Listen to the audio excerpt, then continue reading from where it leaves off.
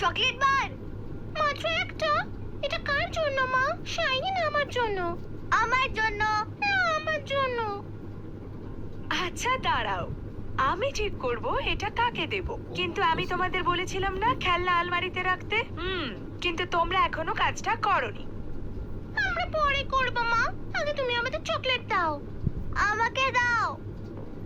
না, আগে বসো আর এই গল্পটা শোনো, তারপর দেখা যাক চকলেটটা কাকে দেব। ইয়ে, গল্প শুনবো।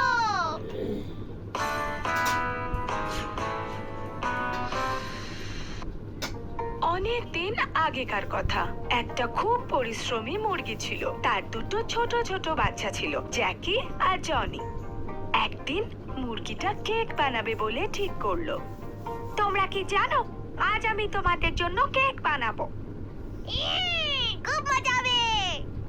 এখন আগে আমাকে গিয়ে জিনিস আনতে হবে, দুধ, ময়দা আর চিনি আর ডিম, অনেকগুলো জিনিস। ঠিক আছে মা, তাড়াতাড়ি এসো। আমি যাবো তোমার সাথে।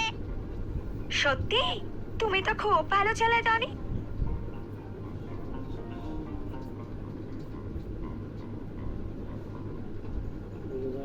ও কি ভারী।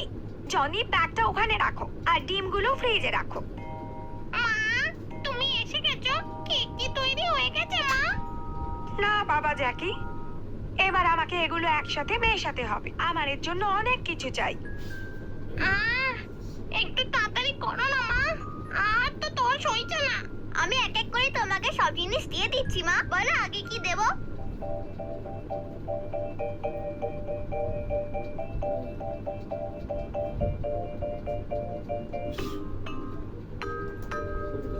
এবার আমরা এটা ওভেনে ঢোকাবো।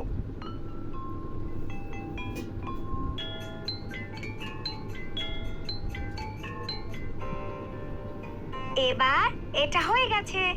ওটা বাইরে বার করতে আমি সাহায্য করছি মা। না বাবা, দরকার নেই, এটা খুব গরম, এটা আমিই করব। কেক এবার তৈরি হয়ে গেছে, এবার খাওয়া যাক। এবার আমি এই কেকটা কাটবো। এটা তোমার জন্য জ্যাকি, আর এটা তোমার জন্য জনি। কিন্তু মা, আমারটা এত ছোট পিস কেন? জনির পিসটা তো এত বড়। হ্যাঁ, তা তো হবেই জ্যাকি, যারা পরিশ্রম করে পুরস্কার তো সব সময় তারাই পায়।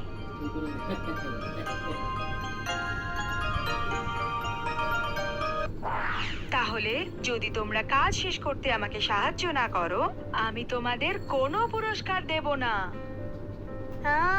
আমরা বুঝতে পেরেছি মা। আমি খুব শিগগির রুমটা পরিষ্কার করে দেব। আর আমিও। আর তারপর তোমরা তোমাদের পুরস্কার পাবে।